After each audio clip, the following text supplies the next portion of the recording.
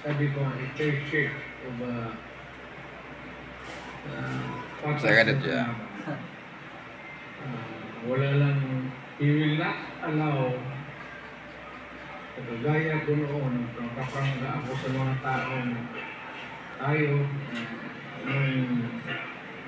na huwag kayong pumasok sa takutan, huwag kayong sumayo.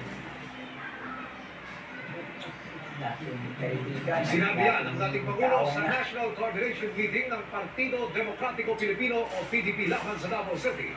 Mahigit isang linggo bagong simula ng pangangampanya para sa eleksyon 2025. Dinaluhan ang mga senatorial aspirant ng partido ang naturang pagdidigon. Wala pang pahayag ang Pangulo kaugnay sa sinabi ni Duterte. Nagbigay suporta naman si Pangulong Bongbong Marcos sa mga kandidato ng Partido Federal ng Pilipinas. Nagbigay siya ng talumpati sa Leader Summit ng partido kanina na huli na raw nilang malawak ang pagpupulong bago magsimula ang kampanya para sa eleksyon 2025. Nang sa summit ang mga kandidato ng partido, sabi ng Pangulo, ang nais daw niyang maging resulta sa Senado ay 12-0. Ngayong Sabado na po magaganap ang kauna-unahang tapatan ng mga senatorial aspirant sa eleksyon 2025. Haharap sa diretsyahan at mabibigat na katanungan ang 12 mga senatorial aspirant na kumasa sa Tanong ng Bayan, the GMA Senatorial Face-Off 2025. Nakatutok si Ian Cruz.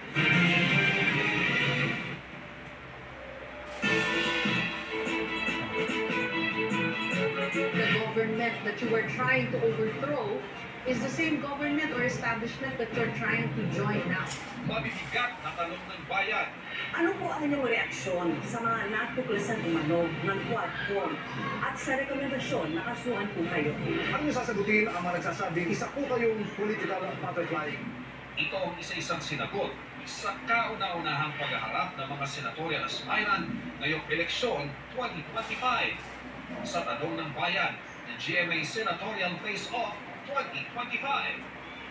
May itatugpo sa mga nangungunang senatorial aspirant base sa Pulse Asia at SBS surveys na inilabas noong Disyembre 2024 ang inimbitahan ng programa. May mga tumanggi, may mga walang tugon, at may ilang tumatras. Sa huli, 12 senatorial aspirant ang kumasa sa hamon para harapin ang mga tanong ng bayan. Upang makilala at makilati sa mga botante ang kanilang mga plataforma at kakayahan para sa matalinong pagboto sa eleksyon 2025. Ang harapan na ito, pamumunahan ng pinaka-premyadong broadcast journalist ng bansa na si Jessica Soho, kasama ang panel ng mga batikang mga mamamahayag ng GMA Integrated News at GMA Public Affairs. Sina Vicky Morales, Emil Sumangin, Pia Arcangel at Cara David. Pwede po bang pakilinaw? Tatanggap po ba talaga kayo ng court panel o ano po ang magiging ambag ng isang walang karanasan sa politika pagdating niya sa Senado? Mapapanood na yan sa darating na Sabado, February 1, 9 p.m. sa GMA. Simulcast sa GMA Pinoy TV at Super Radio DZBB at may live stream sa YouTube channels at social media platforms ng GMA Integrated News at GMA Public Affairs. Ito ang Tanong ng Bayan, the GMA Senatorial Face-Off 2025. Para sa GMA Integrated News, Ian Cruz, nakatutok 24 oras.